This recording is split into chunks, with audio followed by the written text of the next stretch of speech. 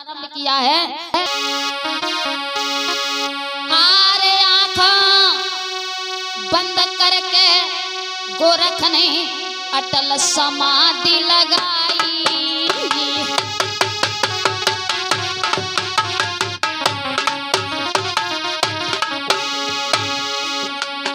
आरे आँखें बंद करके बाबा ने अटल समाधि लगाई।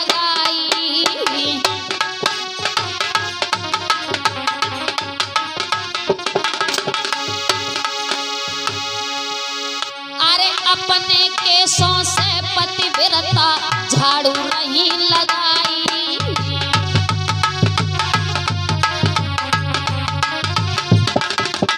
महाराज बताया है उस मैया ने झाड़ू नहीं है, अपने केसों से वहां पर सफाई कर रही है वो मैया।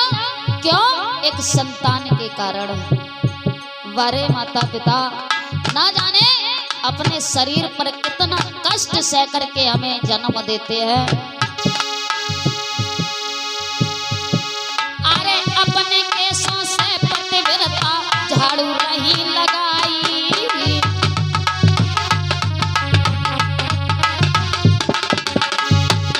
लेकिन महाराज पहुंच गए बासुक के ढिंग कोई नाग का हमको दे दो गए बचन गुहारी। भैया पद्म नाग फौरन एकदम से उठ के आए गौ है। भैया पद्म नाग फौरन एकदम से उठ के आए गौ है।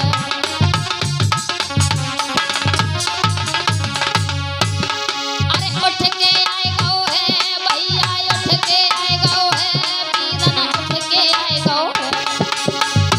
भैया पद्म नाग फौरन एकदम से उठ के आए गौ है।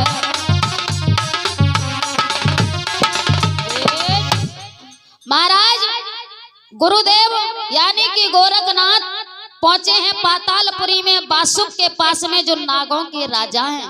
काहे कि एक काम करो बासुक, अगर तुम्हारे पास में कोई नाग हो तो हमको दे दो।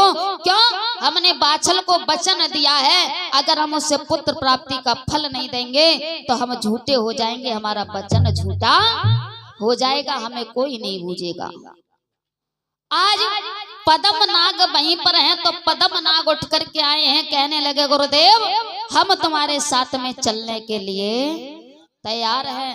पद्म नाग को जब लेकर के चले हैं गुरु गोरखनाथ तो नागनी कहने लगी हैं कि गुरुदेव एक बात बताओ, आप इन्हें कहाँ लेकर के जा रहे हो? तो कहने लगे हैं सुनो नागनी, यही पद्म नाग हम गूगल के रूप में जाकर के बाछल को देंगे, जो बाछल के गर्भ से जहर वीर के नाम से जाने जाएंगे, अवतार लेकर के आएंगे, जो संसार में पूजे जाएंगे। और तुम जाओ और जाकर के जो तंदुल नगरी के राजा सिंधा सिंह हैं उनके यहाँ पर उनकी पत्नी सुरजा के गर्भ से जन्म लेकर के आना, जो तुम सीरियल के नाम से जानी जाओगी। तब जाकर के तुम्हारा और जहरवीर का मिलन होगा, विवाह होगा। आज गूगल के रूप में लेकर के आए हैं, मैया बाछल को दिया, काहे कि बेटा जाओ और जाकर के इसे गंगा के जल से खा लेना। लेकिन बेटा जो भी बांझ स्त्रियां हैं सभी को थोड़ा थोड़ा इस गूगल में से दे देना और बच्चा खुचा तुम खा लेना गंगा के जल से। आज वो मैया आई, आकर के 12 वर्षों की तपस्या फिर उस मैया ने की, तब जाकर के वो फल प्राप्त हुआ है। बताया यह है कि उस मैया ने 24 वर्षों तक तपस्या की है, तब जाकर के बाबा जहरवीर का अवतार हुआ था। महाराज उसी समय आज उस मैया ने गूगल को बांट करके दिया है, नूना चमारी को दिया है, पंडितानी को दिया है, दासी को दिया, नीली घोड़ी है नीली घोड़ी को दिया है, और बच्चा खुचा उस मैया ने खुद खा लिया। लेकिन विधि का विधान धीरे धीरे इधर काछल भी गर्भवती है और इधर वाछल भी गर्भवती है, लेकिन बहन बहन की ही दुश्मन बन जाती है। वारे बहन बहन की ही दुश्मन बन जाती है। आज काछल को फिर भी चैन नहीं पड़ा और अपनी ननद छबिलदे को चढ़ा पड़ा करके तैयार कर दिया। कहने लगी है, सुनो बहन सुनो, तुम्हारी जो बड़ी भाभी है वो गर्भ से हैं, साधु संतों के साथ में रह करके ना जाने उन्होंने ऐसे कौन कौन से कर्म किए हैं, और तुम्हारे बड़े भैया घर पर नहीं हैं। ये संसार वाले, ये प्रजा के लोग हमें बोलने भी नहीं देंगे। तुम एक काम करो, या तो उन्हें मरवा दो या घर से बाहर निकलवा दो। बताइए, बहन बहन की ही दुश्मन होती है।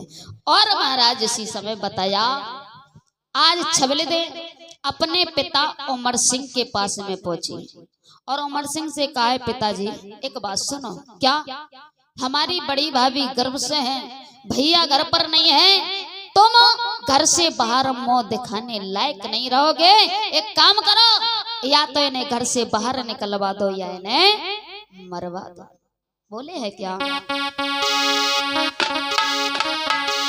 अरे छबिलदे कहे, समझाए के बबला कट गई नाथ तुम्हारी।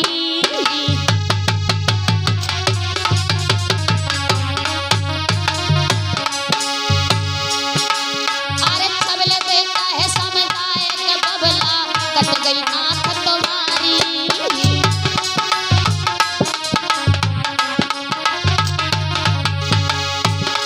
मेरो भैया घर में नाए के गर्भ सब वजह हमारी।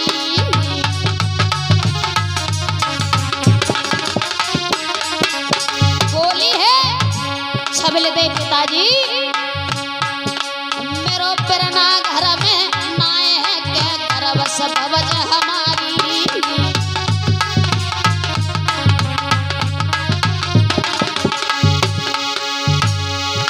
मेरे बबला दे ओटा इनको तुरंत निकाल,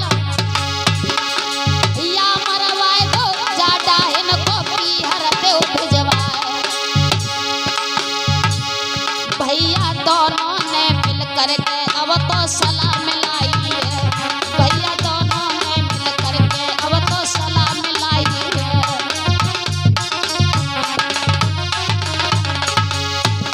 अरे सलाह मिलाई लई है भैया, सलाह मिलाई लई है, बिरना सलाह मिलाई लई है। भैया दोनों ने मिल करके अब तो सलाह मिलाई है।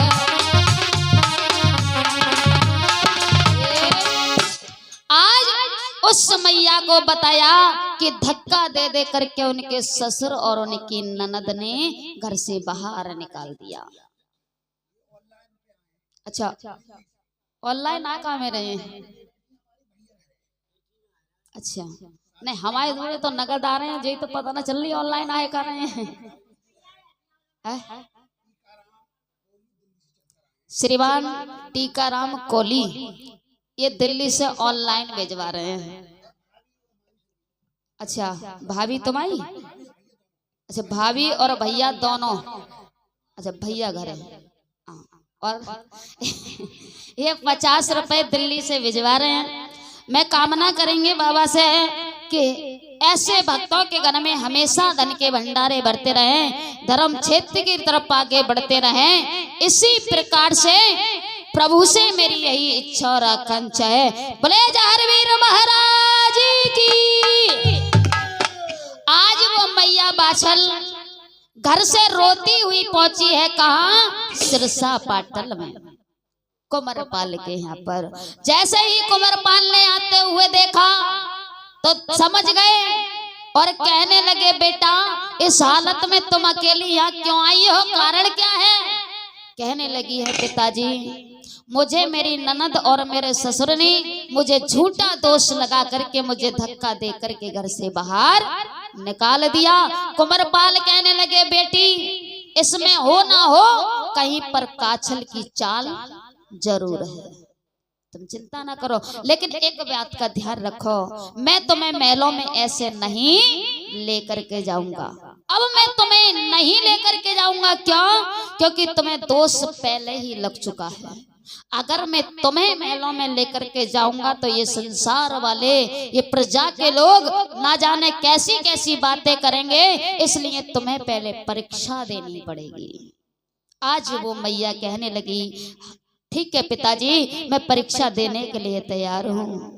आज मैया के लिए कुंवरपाल ने कुआं को खुदवाया है और कुआं को खुदवा करके उस कुआं के अंदर हथियारों को गड़वा दिया और अग्नि को प्रवेश करवा दिया, कच्चे सूत के धागों का पलंग बना करके और उस कुआं के ऊपर बिछा दिया है।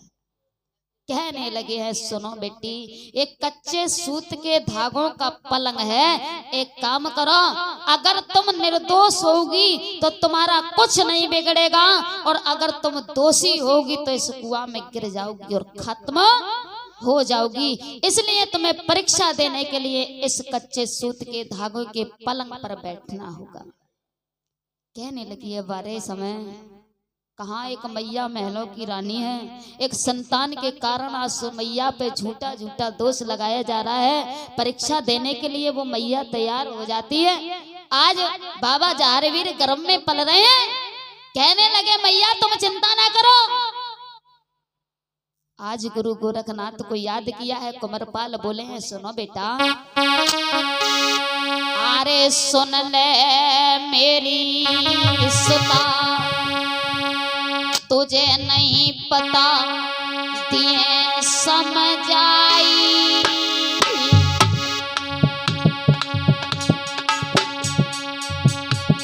कच्चे धागों के पलका पे तुम बैठ के देओ दिखाई, कच्चे धागों के पलका पे तुम बैठ के देओ दिखाई।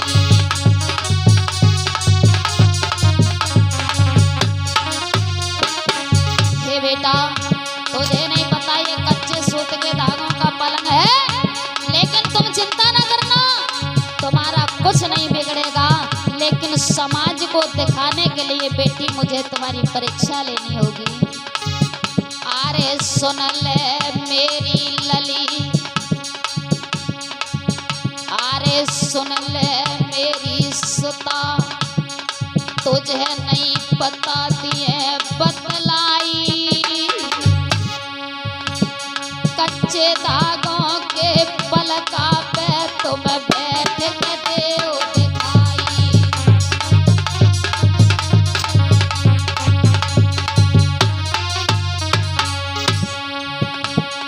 लली हरसाई अगारी आई, मैया हरसाई अगारी आई,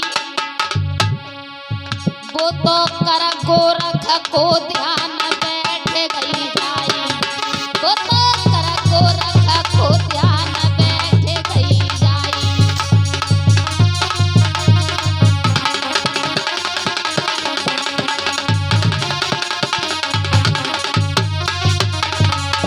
लेकिन भैया एक बात और है, देखिए, जिसका स्वयं भगवान रखवाला है उसका कोई कुछ नहीं बिगाड़ सकता। और बताया भी है चौपाई में, अरे जाको राखे साइया, मार सके ना कोई। मौसा जी, जाको राखे साइया, मार सके ना कोई, अरे पालना बाको कर सके चाहे जग बेरी होए, पालना बाको कर सके चाहे जग बेरी होए।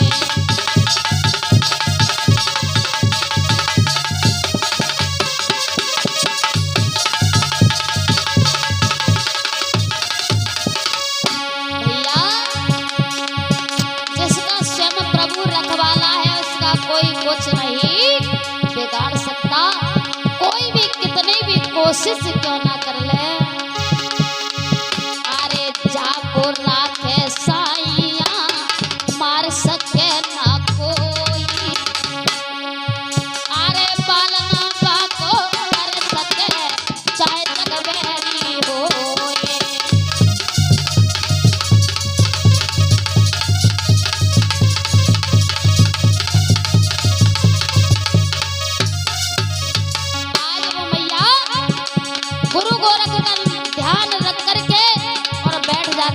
पलंग के ऊपर। बताया तो ये है कि उस पलंग का एक धागा तक नहीं टूटा है। बारे प्रभु जय बोलो बाछल मैया की जय बोलो, जय बोलो बाछल मैया की जय बोलो, जय बोलो बाछल मैया की जय बोलो।